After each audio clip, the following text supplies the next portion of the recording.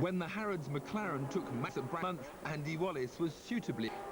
We really needed this result. Championship-wise, we were so far behind, that's given us 30 points, and it's closed it right up. I think the championship for the rest of the year is going to be exciting.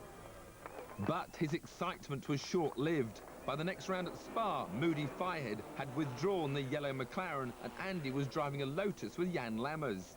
So Ray Bellman and James Weaver in the Gulf McLaren were more secure in their championship lead, although they qualified behind the new Porsche and the two E-Gol Ferraris. Jeff Lees and I were in the Lister back in 7th spot behind the Lotus.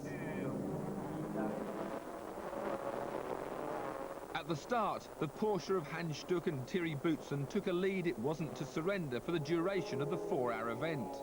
Behind, Weaver put his McLaren into a Ferrari sandwich, Olofsson in front and Gounon behind.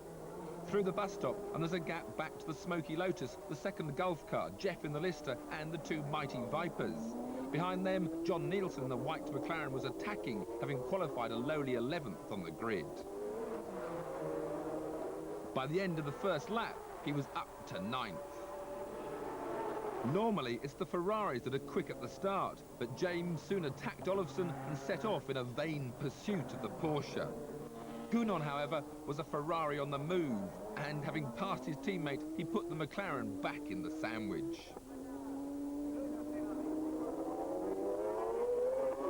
Jeff had got our Lister to the front of the chasing pack, and Jan Lammers was keen to get past Raffanel in the McLaren. Nielsen was now up to 7th.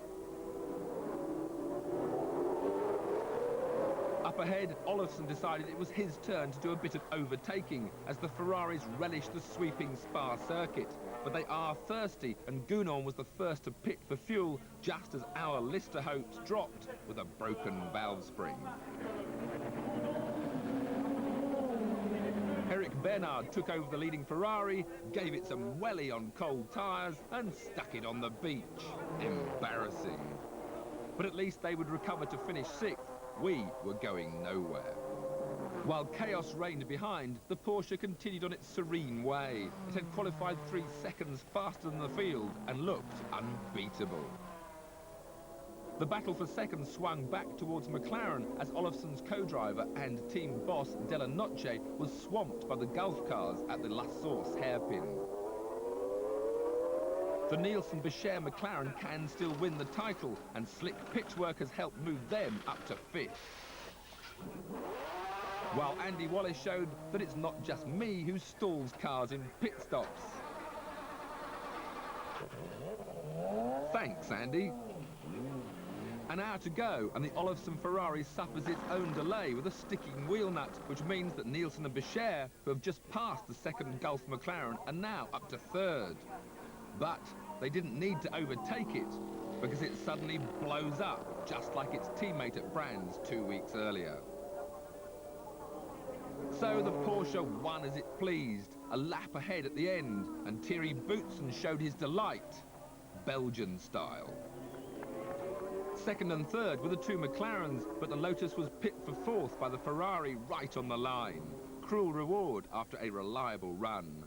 3 out of 3 for Stuttgart, but then they put the toy away. There was no Porsche 911 GT1 at Nogaro for round 10, and no Lister either, plus no Andy Wallace in the Lotus, and no Nielsen in the Bichère car, as Peter Cox once again deputised in a late bid to snatch the title from Bellman Weaver. I'm still on the 2nd row, and I won Nürburgring also for the 2nd row, so why can I not do it here again? And it was Cox on the left who made the best start and looked to take the lead down the inside, but then he had the door shut in his face. Gounon bounces off the tyres. Lammers gets stuck in the gravel, and Cox's McLaren is out on the spot. The title seems destined for Bellman and Weaver in the Gulf car, lying 3rd as lap 1 is completed. Raffanel in the lead weaves his way past Gounon, stalled in the middle of the track, perhaps hoping for a red flag, while Cox is busily protesting his innocence. I think I had a very good start, and I passed Gounon on the start, and I was inside of him. Then he still wanted to turn in, and I was with the older car alongside him. I think it was obvious for everybody to see. Now here's a surprise, Gounon didn't agree. It's not bad luck, it's just bad drive from another driver, and I'm very disappointed because Cox is not in the championship. He's just replacing Nielsen, and I could say to return back quickly Nielsen because that is a good driver. But that's not what Weaver said about Nielsen after Monza. But whatever, the Ferrari crew continued with a stunning drive from dead last, climbing to third before transmission failure just 15 minutes before the end. On the way, they muscled past James Weaver, but on this occasion, James wasn't bothered. Well, once we saw the West car disappear into the hedge, that really took the pressure off. And the name of the game this afternoon for us, dull as it may be, is just to bring the old girl home, and that should do it. And that's what they did, much to the satisfaction of team boss Ray Belm. Fortunately, the Gunon car broke its gearbox, so we could ease right back, and we've done it. It's taken 2 years, and it's worthwhile. So, a great result for the Gulf GTC team and the McLaren F1 GTR. But who would bet on another dominant year in '97?